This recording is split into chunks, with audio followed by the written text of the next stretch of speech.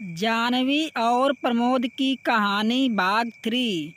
प्रमोद को फल देकर जब कौशल्या चली जाती है, रात्रि भोज के पश्चात जब सब सोने चले जाते हैं, तब चुपके से जानवी प्रमोद के कमरे में आ जाती है।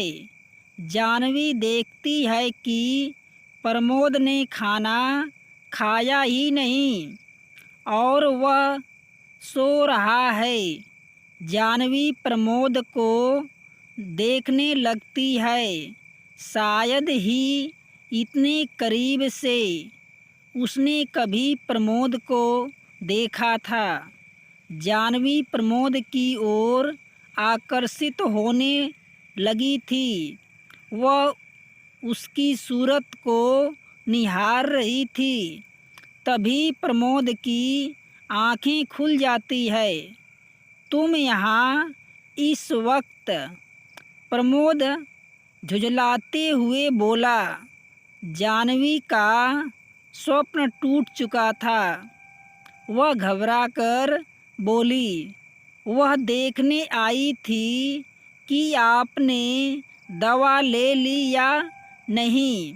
मैंने तो अभी खाना भी नहीं खाया, दवा कैसे लेता? प्रमोद बोला। तभी जानवी खाने की प्लेट उठाती है और कहती है, तो चलो पहले खाना ही खा लो, मुझे भूख नहीं है। प्रमोद मुंह बनाकर बोला। जानवी बनावटी गुस्से में बोली, तो साहब ठीक नहीं होना चाहते? चलो खाना खाओ, वरना ठीक कैसे होगे? आपको हमारी कब से चिंता होने लगी? अगर चिंता होती तो हमसे मिलने क्यों नहीं आई? सुबह से प्रमोद शिकायत के लहजे से बोला। चलो अब तो आ गई हूँ, जानवी कहती है। जानवी अपने हाथों से प्रमोद को खाना खिलाने लगती है। प्रमोद चुपचाप बिल्कुल छोटे बच्चों की तरह खाना खा रहा था। शायद प्रमोद को भी जानवी की आदत सी होने लगती है। खाना खत्म हो जाने के बाद प्रमोद पानी मांगता है। तब जानवी कहती है, शायद आपको पता नहीं है, खाना खाने के बाद पानी नहीं पीते। प्रमोद, अब उससे क्या होता है जानवी? यह हमारे सेहत के अनुकूल नहीं। आप आधे घंटे बाद पानी पी लीजिए। प्रमोद, आधे घंटे बाद कौन पानी पिलाने आएगा? जानवी, मैं हूँ ना। प्रमोद की आंखों में चमक और जानवी की आंखों में प्रेम के भाव थे। आज भी जानवी और प्रमोद ने दिल खोलकर बात की, लेकिन जानवी की कब वहीं आंखें लग गई पता नहीं चला। रात को देर से सोने के बाद जानवी की सुबह आंख नहीं खुली। तभी कौशल्या प्रमोद के कमरे में आने लगती है। अरे ये क्या? ये कलमुही यहाँ क्या कर रही है? कौशल्या का गुस्सा सातवें आसमान पर था। वह चीखती हुई बोली, अरे निर्लज्ज, तू यहाँ क्यों पड़ी है? क्या मेरे बेटे पर कोई काला जादू करने आई थी? जानवी घबराकर उठ जाती है। प्रमोद की आंखें खुल गई। वह बोल, क्या होगा माँ? आप सुबह सुबह इतना क्यों चीख रही है? कौशल्या, ये देख बेटा, ये कलमुही यहाँ पड़ी है तुम्हारे बिस्तर के पास। प्रमोद, तो क्या हुआ माँ? ये मुझे दवाई देने आई थी तो आंखें लग गई होगी। कौशल्या, दवाई देने मतलब ये डायन कल रात को यहाँ पड़ी है। उठ कमीनी, जल्दी तुझे आज मज़ा चखाती हूँ। कौशल्या अब जानवी को पकड़कर बाहर ले जाने लगती है। प्रमोद, माँ उसे छोड़ दो, तुम उसको क्यों कोस रही हो? कौशल्या जानवी को लेकर उसके कमरे में चली गई और बोली, सुन डायन, मेरे बेटे से जितना दूर रहोगी उतना तुम्हारे लिए अच्छा है, नहीं तो तुम मुझे नहीं जानती ऐसा इल्ज़ाम लगाऊंगी कि कहीं की नहीं रहोगी। कहकर दरवाज़ा बंद करके चली जाती है। इधर प्रमोद भी अपनी माँ के ऐसे बर्ताव से दुखी था और जानवी कमरे में जाकर खड़ी थी। प्रमोद सोचता है उसको माँ से एक बार जानवी की विषय में बात करनी चाहिए, लेकिन प्रमोद जानवी को लेकर क्या बात करना चाहता है? जानवी प्रमोद की कमरे से बाहर निकलकर अपने कमरे में चली जाती है। कुछ समय बाद जब कौशल्या प्रमोद के पास जाती है तब प्रमोद अपनी माँ को अपने पास बैठने के लिए कहता है। कौशल्या प्रमोद के बदले रवैया से गुस्से में थी। तब प्रमोद कौशल्या से कहता है कि मुझे आपसे जानवी की विषय में बात करनी है। तब कौशल्या कहती है कि अब तुम यह मत कहना कि तुम जानवी को पसंद करने लगे हो। तब प्रमोद के चेहरे पर कुछ मुस्कान आती है। यह मुस्कान कुटिल मुस्कान थी। कौशल्या भी समझ जाती है कि प्रमोद की मंशा क्या था। वह प्रमोद को कहती है, तुम जो कुछ भी करोगे वही सही है। यह सब कर कौशल्या कमरे में चली जाती है। प्रमोद के मन में ऐसा क्या चल रहा था कि कौशल्या ने तुरंत भांप लिया। जानवी इधर अपने कमरे में थी। उसे अपनी सास की बातों पर कोई फर्क नहीं पड़ रहा था, क्योंकि वह अपने सुनहरे भविष्य के सपने प्रमोद के साथ सजो रही थी।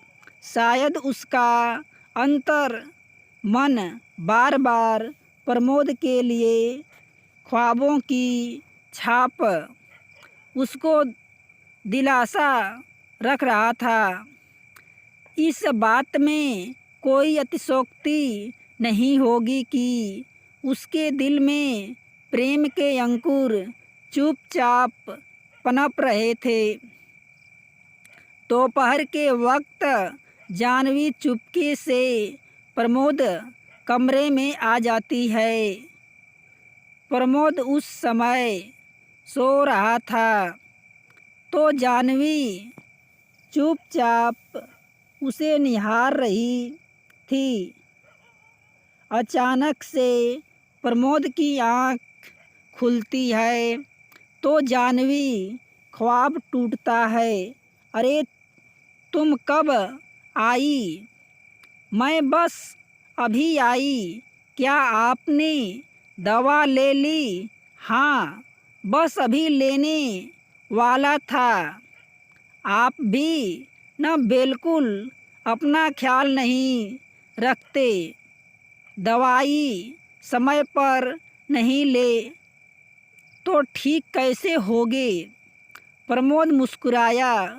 तुम हो ना मेरा ख्याल रखने के लिए। जानवी को तो जैसे सुकून मिल रहा था। तब वह प्रमोद को दवाई दे देती है। प्रमोद दवाई खाकर जानवी को कुछ समय के लिए वहीं बैठने को कहता है कि जानवी कहती है कि माँ जी गुस्सा होंगी। तब प्रमोद कहता है कि माँ अभी किसी काम से बाहर गई हैं। तब जानवी वहीं बैठ जाती है और प्रमोद से बात करने लगती है। प्रमोद भी जानवी के साथ काफ़ी घुल मिल गया था। प्रमोद जानवी से कहता है कि क्या वह उसे पसंद करती है। तब जानवी शर्म से मुंह नीचे कर लेती है। तब प्रमोद जानवी को कहता है कि वह उसे अपनी एक सबसे अच्छी दोस्त के नज़रिए से देखा है। जानवी की दिल की धड़कन तेज हो रही थी और उसकी आंखें बहुत कुछ बयां कर रही थी। तब प्रमोद जानवी से कहता है कि वह किसी और लड़की से प्यार करता है। तब जानवी का एकदम ख्वाब टूटा। आप झूठ कह रहे हैं न? नहीं जानवी, यह सच है कि मैं किसी और लड़की से प्यार करता हूँ, लेकिन बाबूजी ने मेरी शादी ज़बरदस्ती करवा दी है। मैं अब भी उसको भूल नहीं पाया हूँ। जानवी का तारतम्य में टूट चुका था। उसके हृदय में एक गहरा आघात लगा था और वह चाहकर भी कुछ नहीं बोल पाई। जानवी वहाँ से उठी और भागकर अपने कमरे में चली गई। ईश्वर, ऐसा मेरे साथ क्यों होता है?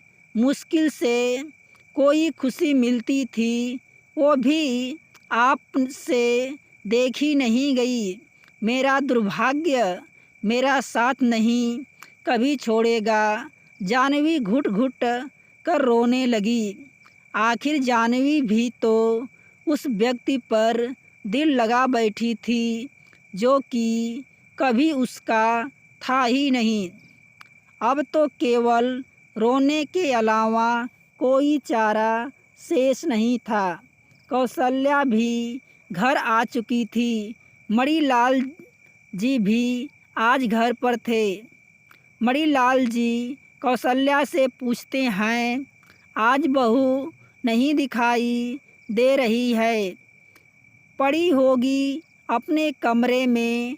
एसी की हवा जो यहाँ खब गई है।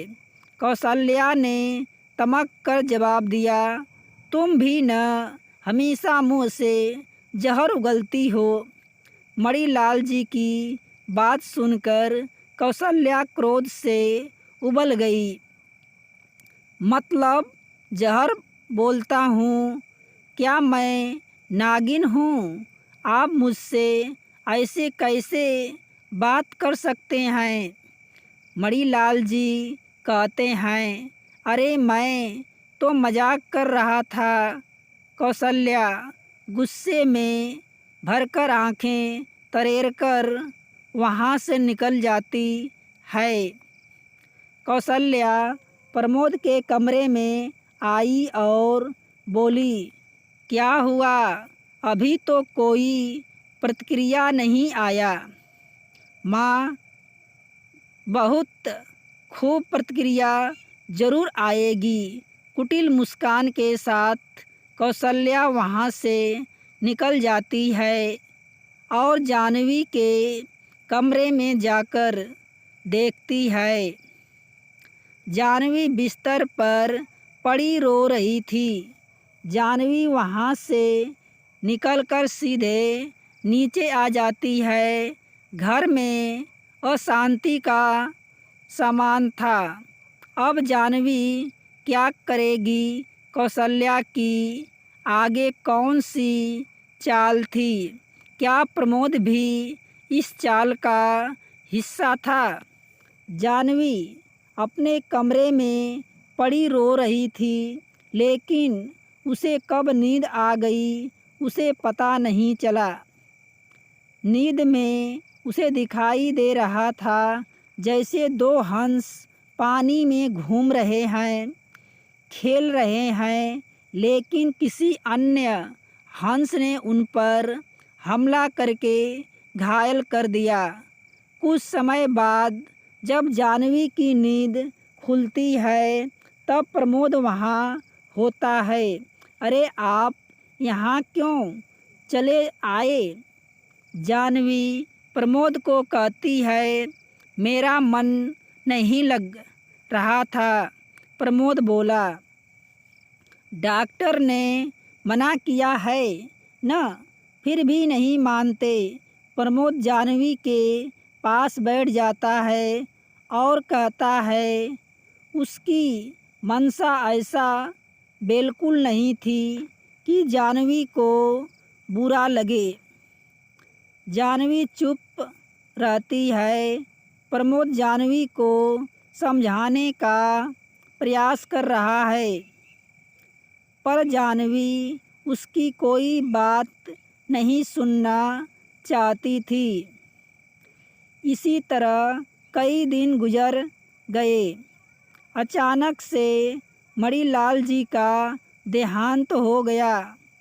अस्पताल में माफ़ करना प्रमोद जी, आपके पिता नहीं रहे, उनका हार्ट अटैक हुआ था। प्रमोद एकदम से बेसुध सा जमीन पर गिर गया। कौशल्या का भी रो रो कर बुरा हाल था। बेचारी जानवी, उसकी तो जिंदगी ही लूट गई थी। कोई था जो उसको समझता था, उसकी कद्र करता था, किंतु वह भी यह दुनिया छोड़कर जा चुका था। आखिरकार दिल पर पत्थर रखकर सामने सदमा बर्दाश्त तो कर लिया, लेकिन उसे बाहर आने में काफ़ी वक्त लग गया। कुछ महीने बाद आप कब तक वापस आओगे? जानवी प्रमोद से कहती है। मैं स्पष्ट नहीं कह सकता, प्रमोद जवाब देता है।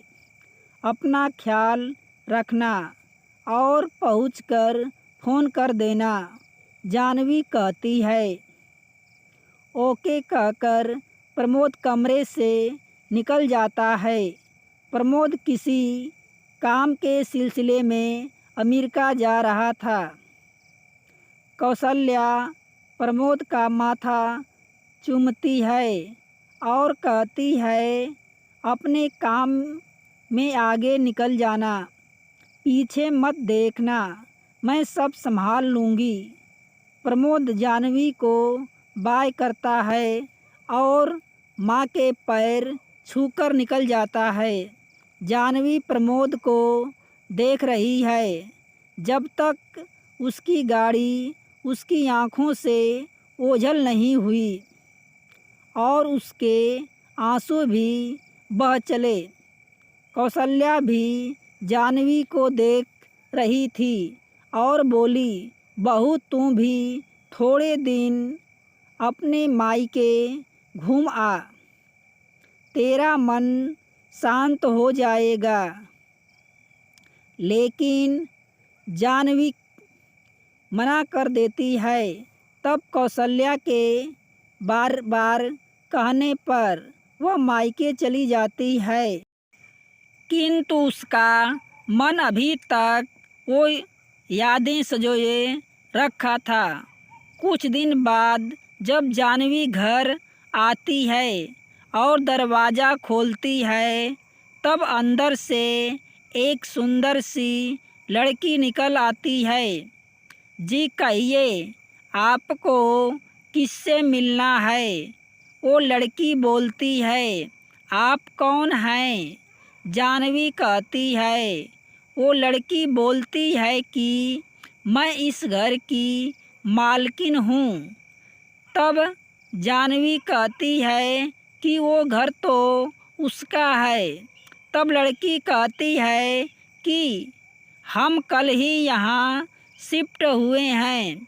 तब जानवी कौशल्या के बारे में पूछती है। तब लड़की बताती है कि कौशल्या आंटी तो उसी दिन चाबी देकर चली गई थी। वो गई कहाँ हैं ये मैं नहीं जानती।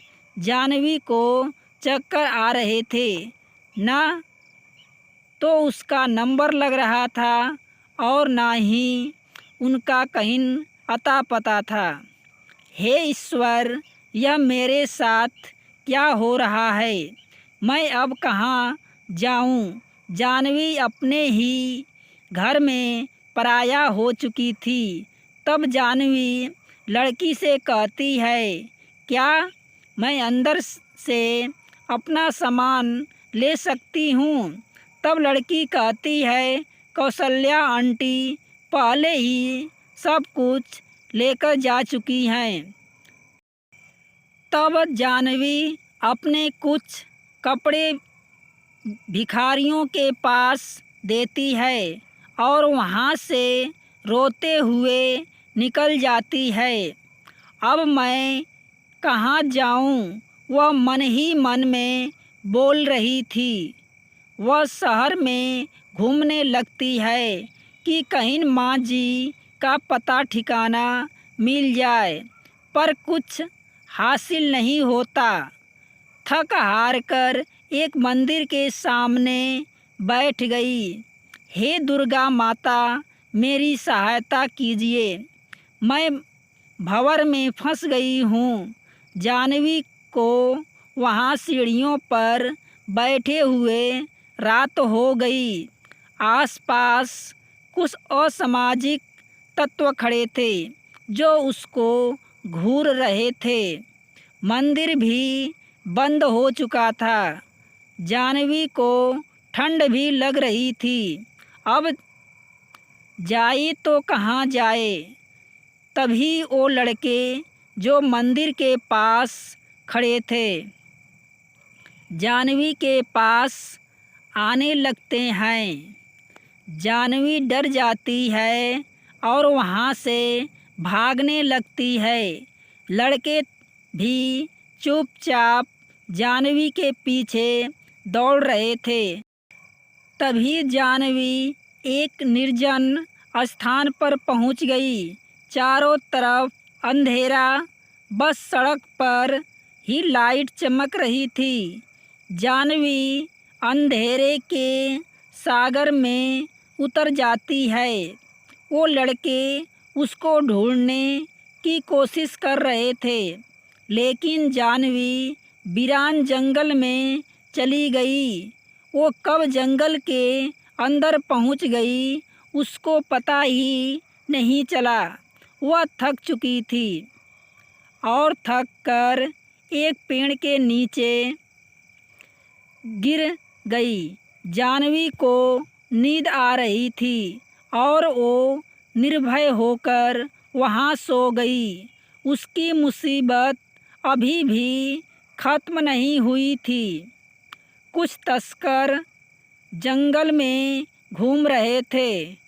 तभी उसके टॉर्च की लाइट जानवी पर पड़ी।